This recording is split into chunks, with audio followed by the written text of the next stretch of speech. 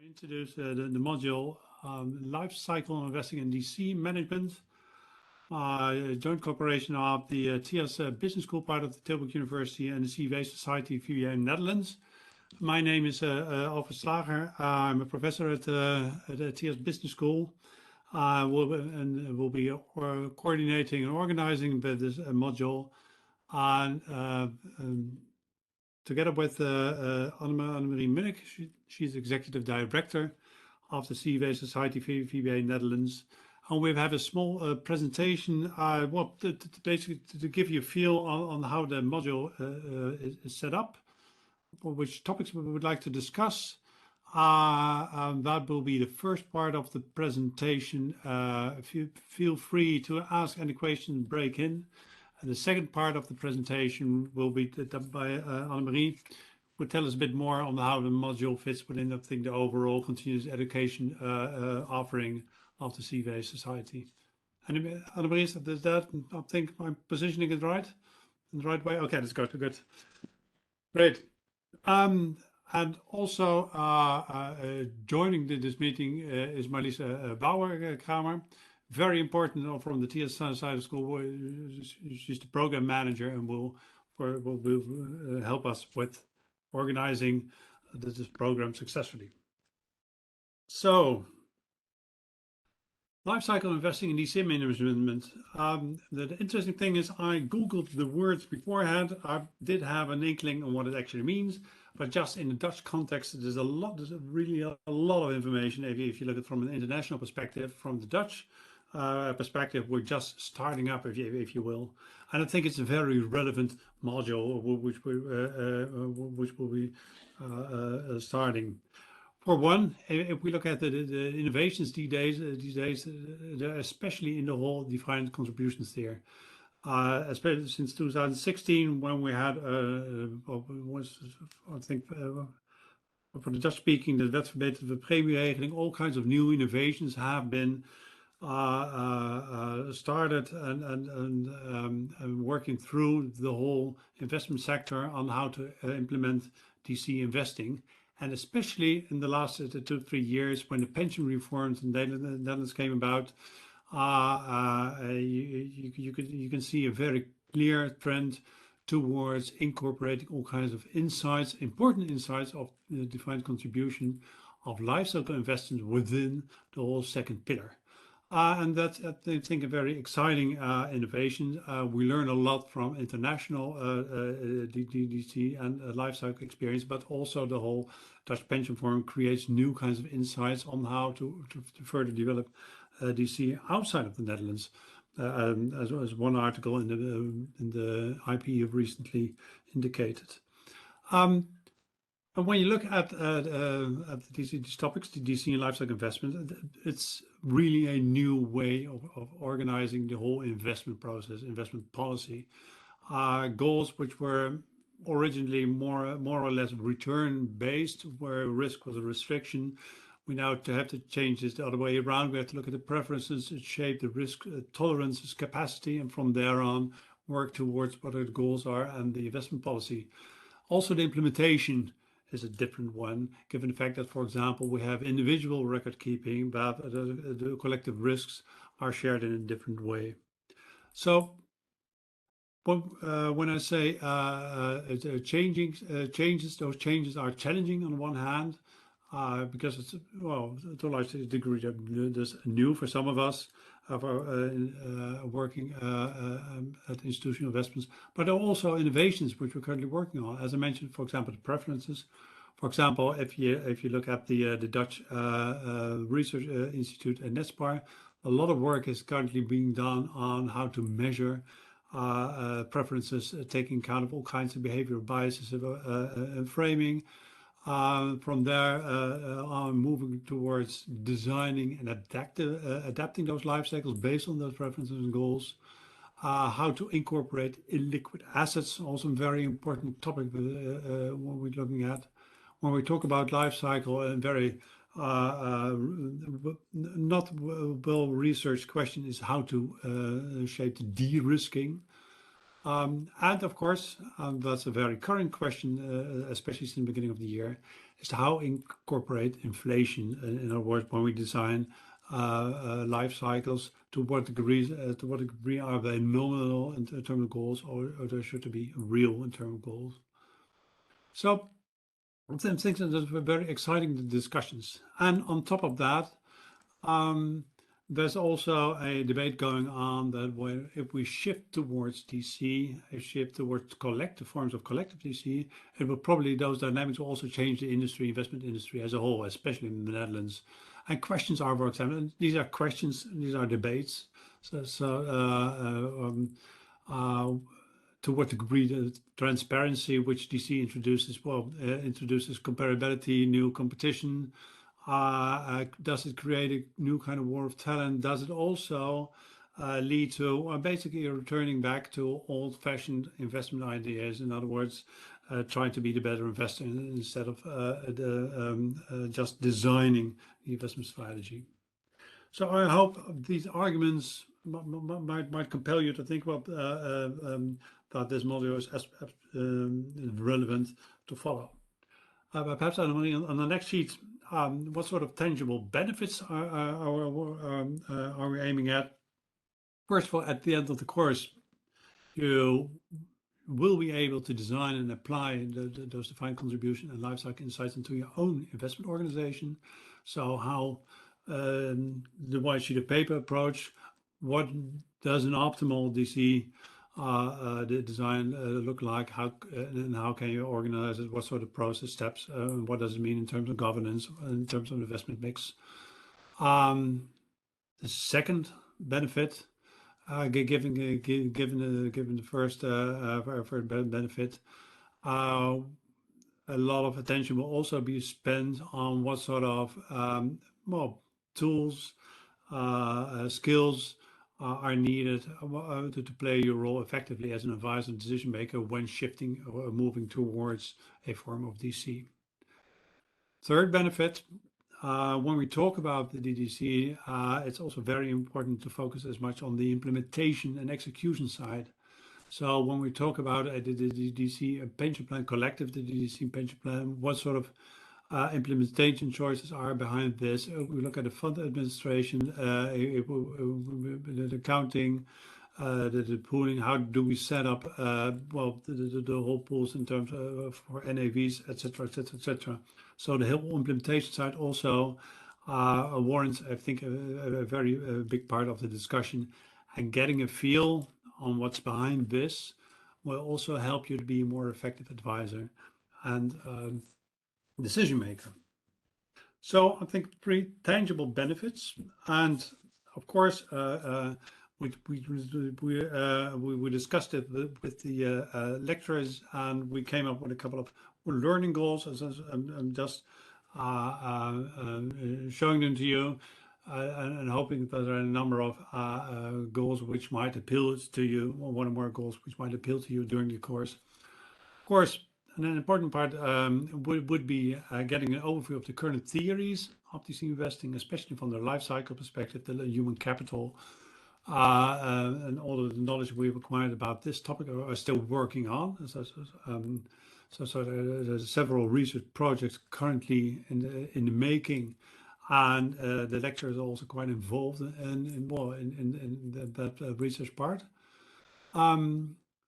I mentioned a couple of times DC investing, and we will find out during the course that there are all kinds of different shades of DC investing. So from an international perspective, what is DC investing from a Dutch perspective?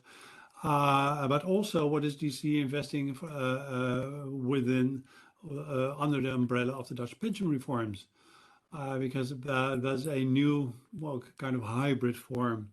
So we'll be exploring all the kinds of differences and commonalities from an international, but also a Dutch reform perspective. The third learning goal, we'll take a closer look. I think what is especially new and innovative is focusing on the risk part. So if you recall the traditional investment process, which you might have encountered, which you definitely will have encountered going through the CSCV course material. The left upper part in the investment process is also the risk and return objectives. And we're currently reshaping this. So what is the role when we talk about risk capacity, risk attitude, risk tolerance? What sort of behavioral insights do we have in order to measure them and also to aggregate them in a collective way that we can manage this? It's still very much a work in progress, but I think an exciting part. And learning goals will be to get a feel on how this works also in practice. And this third learning goal, fourth learning goal, of course, is very much in line with this. How to translate this into an investable and implementable investment mix. And when we talk about an investment mix, and perhaps the next slide, please. We have all kinds of additional questions to look at. So does the investment mix, how does it change per cohort? If we look in the underlying investment mix, we have all kinds of investment assumptions to take care of. For example, what sort of assumptions do we have of risk premiums? Or what sort of, how's the sensitivity to changes in risk premiums? When we talk about hedging, how important is the amount of the degree of hedging? So I'm thinking, for example, I think very interesting insights when we talk about all kinds of life cycles. We see about the actual outcome, the investment outcome, and the risk outcome very much is different depending on those hedging questions. So we have an 80-20, 60-40, 50-50 life cycle, for example, but underlying, given those differences in choices, they lead to very different outcomes. So we'll have a discussion about those and getting feel where it matters and how to mitigate potential choices. Learning goals 6 and 7 are very much related to the implementation part. So we look at the different DC providers as in the Netherlands as well as outside the Netherlands, as well in the second pillar as well as in the third pillar, to see how do they implement these different the DC-oriented pension scheme. What sort of choices do they make underlying in the pension administration, investment administration, and questions, of course, then come up like pooling, unitization, the NAV calculation. What sort of platforms are we talking about? And moving towards individual risk management and preferences, we're more and more interested, of course, in automated advice or measurement of those risk preferences. So overall, I think investment goals which are very much in line with the benefits which we discussed. The approach we take, and I hope you might have picked up a bit on the from the way I discussed those different goals.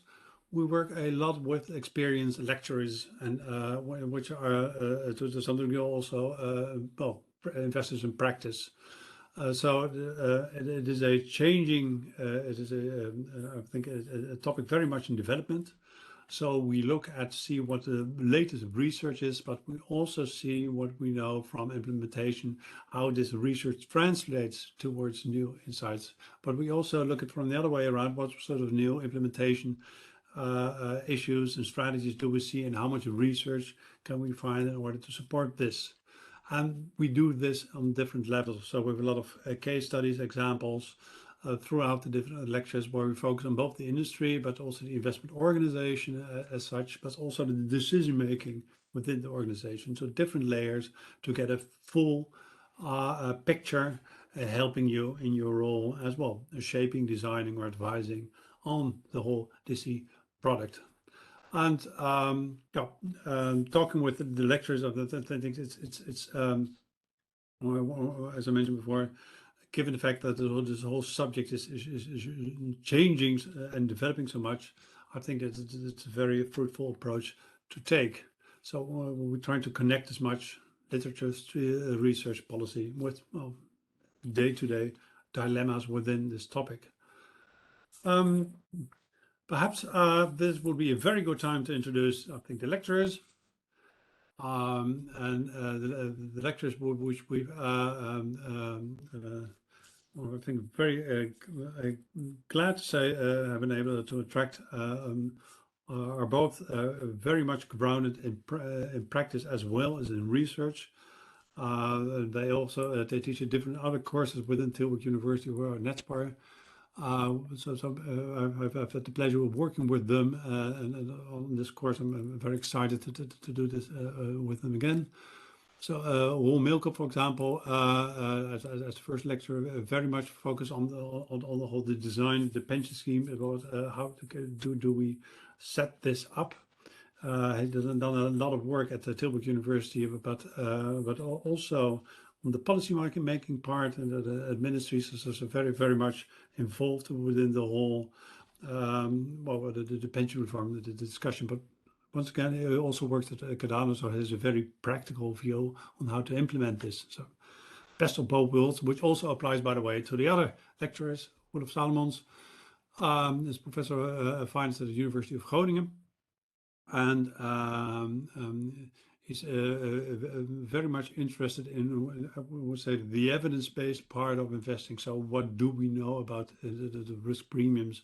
What do we know, for example, about the role of hedging, and how do we apply them within the life cycles and DC investing, but also what is the role of illiquid investments?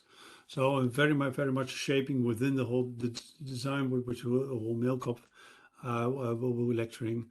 Olaf Salomons will be taking the investment, the asset management side of things. Rogier Potter van Loon,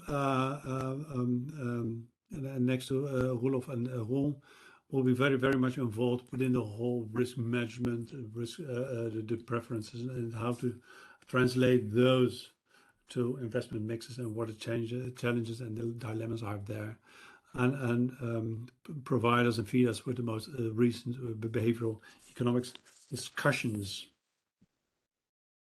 So we started off with, well, I think the relevance of the program. We boiled them down to the three benefits and a couple of learning goals. I think we have an exciting team, the team which is very much enthusiastic on discussing this with you based on research, cases, and of course I think the practical issues and problems which you bring to class. I think that is a very important part of the whole discussion.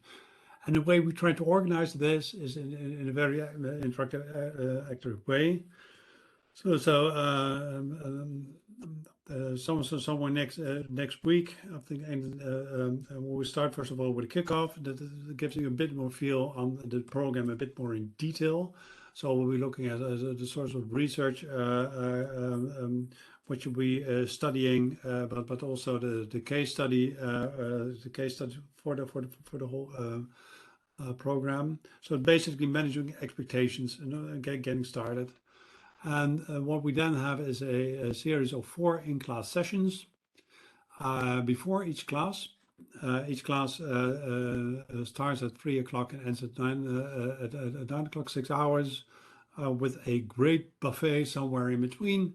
But a lot of, I think, the discussion. So it is comprised within the time. I think that's an important part. But also it leaves you enough time each lecture to go into a bit more detail, and just in staying somewhere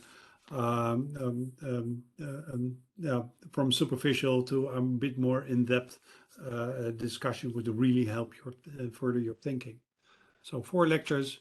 1 to 2 weeks before each lecture, we open up the electronic environment platform, in our case called Canvas. You might perhaps know it from the other university, other courses.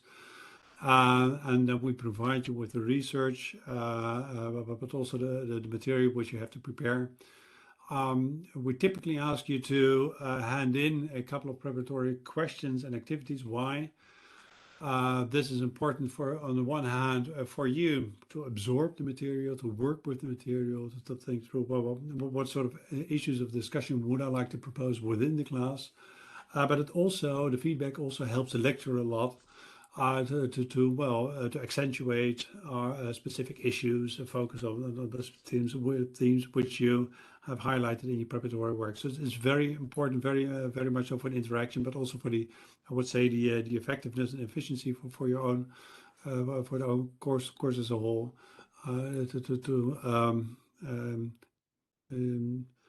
get started with the preparatory work. So 4 lectures, 1 to 2 weeks beforehand, the preparatory work, which you have to hand in. And what we do, what ties those 4 classes together will be an integral case. And of course, we're in the process currently with the lecturers of shaping this, but it will be in the form of a challenge which an organization has, changing from A to B, where of course the DC will be an important part, and you will be able to work with the materials class by class in a small group, shaping this organization. And in doing this, also this raises new questions, new ideas, intelligence, which you can then discuss in class. So full circle, I would say. And what we do at the end, we discuss and share and the different solutions, different case studies in an online session. And from previous modules, I think it's a very, well, I think interactive and spontaneous session where I would almost say it's a forced lecture, of course, a bit shorter in time, but we learn a lot from the work which you've done. This being the module setup, I think that the next sheet is a bit more for your own background. So the online session, the dates are repeated. Also, the preparatory works of basic. I do apologize. I sort of could have skipped this sheet, but just sometimes in words it reads a bit easier than the beautiful picture which I made on the previous sheet. Perhaps I hope you're all quite familiar with TIAS and Tilburg University. And I hope you all electronically nod yes, but if not, perhaps a small reminder. TIAS School for Business and Society is part of the faculty of the Tilburg University, and we are very proud to be part, of course, of the Tilburg University and economics faculty. We're embedded in what is called a strong university, strong research-based university. And I think it's very important these days, not just only have opinions, but have a lot of research-based, evidence-based work going on which, well, management challenges and solutions are shaped. And that, of course, the interfacing part where TIAS Business School, as a business school, plays an important role. And typically with the faculty on the one part is grounded within practice, but also very much grounded within research, almost in some cases fundamental research, and was shaping the discussions, working on I think important research themes, and that is something for which we would like a lot, and I hope you too when you follow this module. Perhaps the final note to make. When we talk, I mentioned Tilburg University, and some of you might be, wait a minute, I work in Amsterdam, and Tilburg, that's almost on the other part of the world. It's not the case. It would take, of course, 1 hour of trains, but we're so lucky also to have a location in Utrecht. So Utrecht is almost, it takes 30 minutes from Amsterdam, so it's easily accessible. Very close to the central station in Utrecht. Modern facilities, so the building has been totally modernized about a couple of years ago. Parking garage, etc. So once again, the location will surprise you in a very pleasant way, and it also helps, once again, stimulates all kinds of discussions. I have been rambling a lot. Perhaps a bit too much information, but I'm enthusiastic about this course. I think it's absolutely something. If you look at the state of discussion we're having, which I'm having, for example, my role next to being professor at the TIAS Business School, I also work as a board member at pension funds, or I'm sitting in investment committees of a number of pension funds. These are the debates which will be shaping the future of the investment management and investment policy, the sector for the next coming years. And so yeah, I'm absolutely looking forward to having those discussions, hearing those lectures, and well, these things, seeing where the topic will be going towards. Oh, and I hope you too. Perhaps let me shut up from here. You can absorb what I've said. raise some questions, perhaps, or perhaps Annemarie, would you like to continue? If there are questions to you, Alfred, they should prevail. These are the most important part, and what the content will look like and how it will, let's say, fit current developments. So please, if you have questions about what Alfred's been saying or what he hasn't been saying, please raise them. I do have a logistic question of on the timing. So the module will be on offer, will be available in starting August and then in September. And if the question if it will be available in 2023 as well, we don't know yet, to be honest. So if it's what it seems like, it's a very interesting module, so it could be, but we don't have yet the planning entirely made for 2023. So at present, it's too early to answer the question. But if there's enough interest, I think we would be happy to organize it.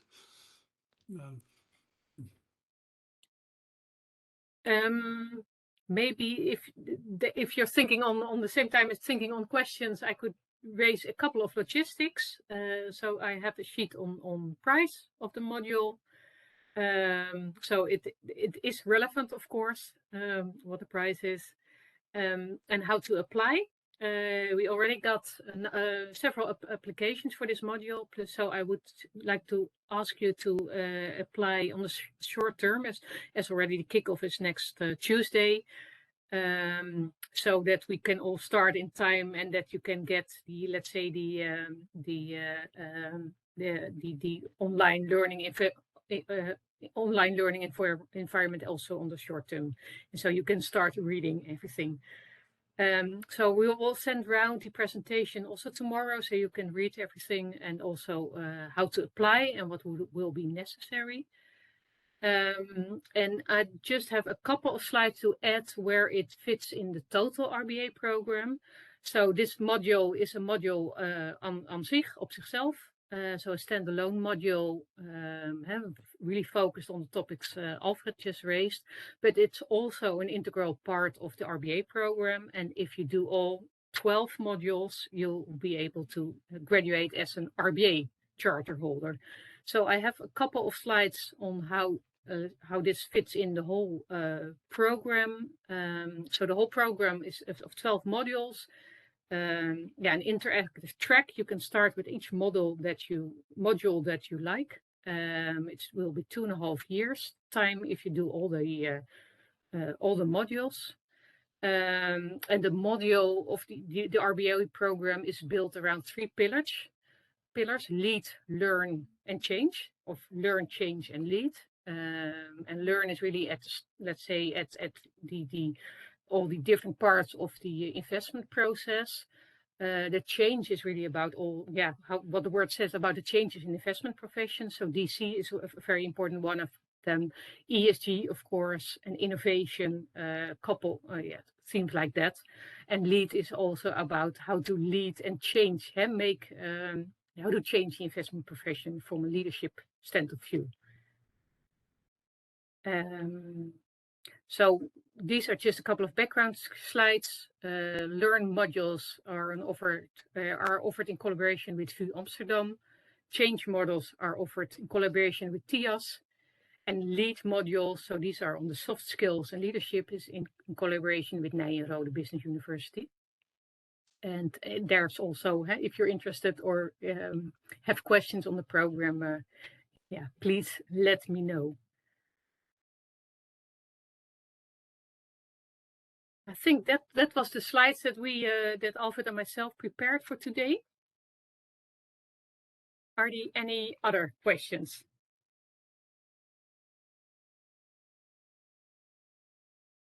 Perhaps alongside the questions also, any suggestions which you feel should be added to the program? Of course, I'm happy to discuss them, of course, with the lecturers. So it's too early days. So whatever your fancy is, of course, within the DC and Lifecycle framework.